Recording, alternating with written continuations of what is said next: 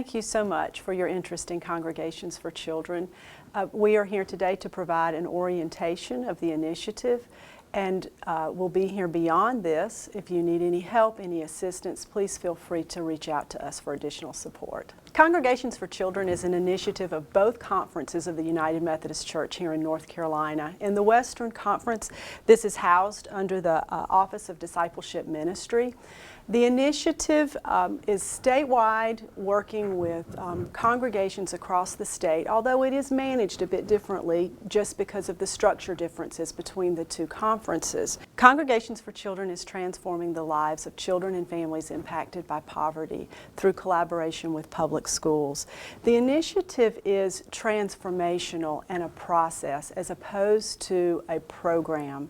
We work with churches that commit to go through the Congregations for Children process through training and support and technical assistance, and develop ongoing relationships that are strengthened along the way and through the process, reaching out relationally to children and families that are impacted by poverty.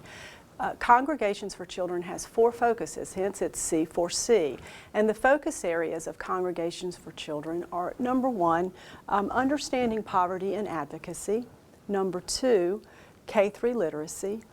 Number 3, responding to basic needs of children and families. And the 4th is family engagement. The first focus of the initiative is poverty and advocacy. We provide training and support around poverty, understanding poverty, seminars, simulations. And in addition is our congregations get engaged in relationships with children and families. Our hope is that we will be changed by what we learn as we work with families and with children to better understand the challenges that children and families here in North Carolina face due to poverty. In addition, the second focus is K-3 literacy.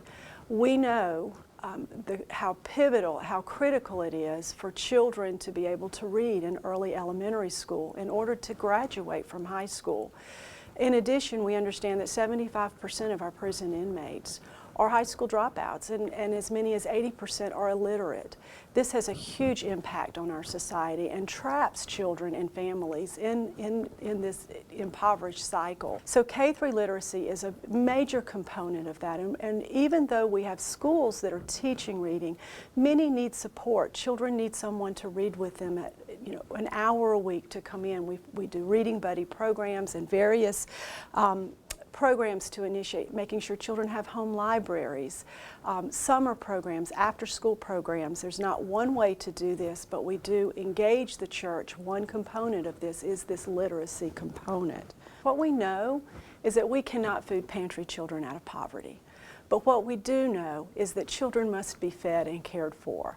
And with this initiative, we really listen to what is already going on, what services are being provided, and what gaps are there in those services. We have backpack programs, summer meals are a huge component of the work we have been doing, and a critical component, making sure that children are getting the meals they need in their neighborhoods in the summers, and we have a strong partnership with the Department of Public Instruction as we engage in that process.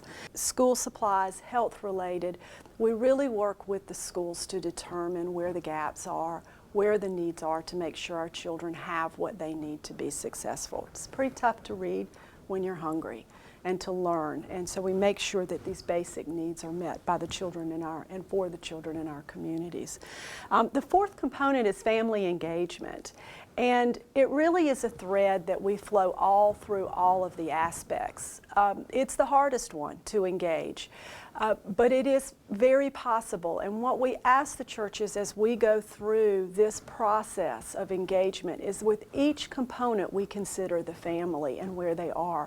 What we know is that these families that are living in sometimes very dire situation love their children as much as we love our children.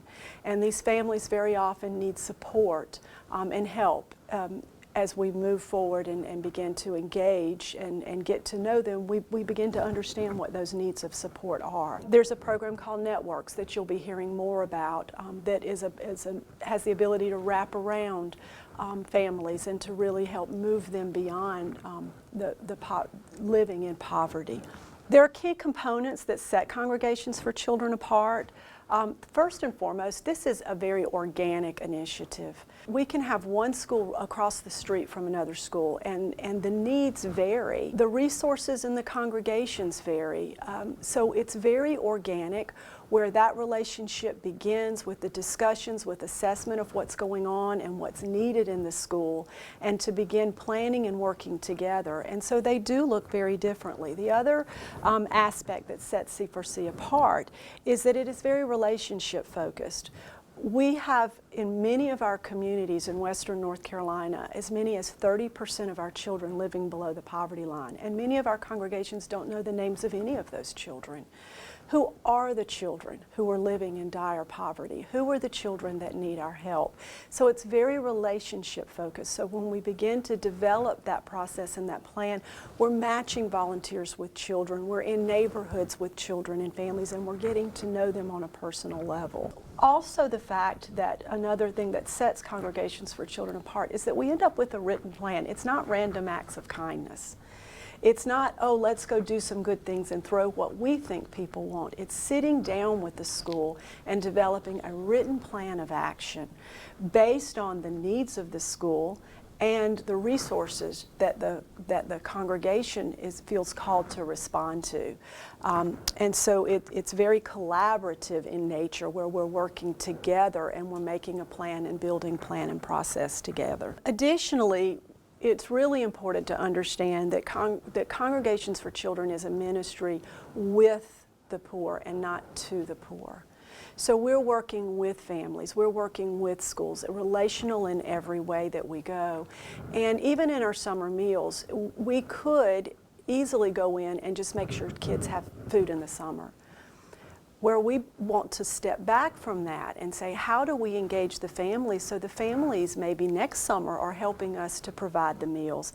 What else could we be doing in their neighborhood or working with them and listening to their needs and be providing and growing that relationship out of this? Another thing that sets Congregations for Children apart is that even though we need our pastors to be really behind this initiative and very supportive of it, it is led by the laity, and it is imperative that the laity step up and take responsibility and get organized and get in the trenches and do the work and the organizational work of the process. We provide support along the line, so it's no church, no group is out there on their own.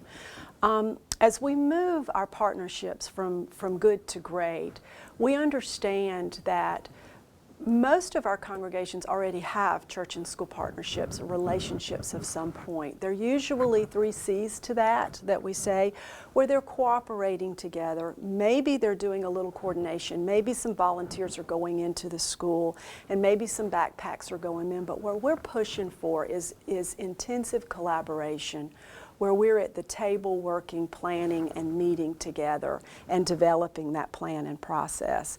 There are a lot of models that have come out of this. We have initiatives where we have one church and one school that are focused on a written plan and gung-ho and doing great. We have other initiatives where we have multiple churches, multiple denominations that are focused on one school, and they've worked on that plan together and are carrying it out in unison. We have county-wide initiatives where what the school system wanted was a county-wide reading program, and so we've worked and formed a council, a C4C council in the community, to respond to that request of the school system and to focus on a broader level. We have district-wide, county-wide initiatives, and then we have groups that begin focusing on summer neighborhood lunches and then have moved to the other aspects of C4C. A core group then would come together as they're called and seek support. We have training materials that we will be providing. We have this orientation. We have training to train the churches and the schools. We have support that we can provide on how to develop reading buddy initiatives, how to better develop the church and school partnerships, and we have a session for schools that would like more information and help and things that they could do better in developing a strong partnership. We also can provide support to missional networks or to collaborative groups to build a unit around their school district to work closely together. So please reach out to us. We would love to help. And we can't wait to see the rest of the churches across the conference join us in this ministry. Thank you.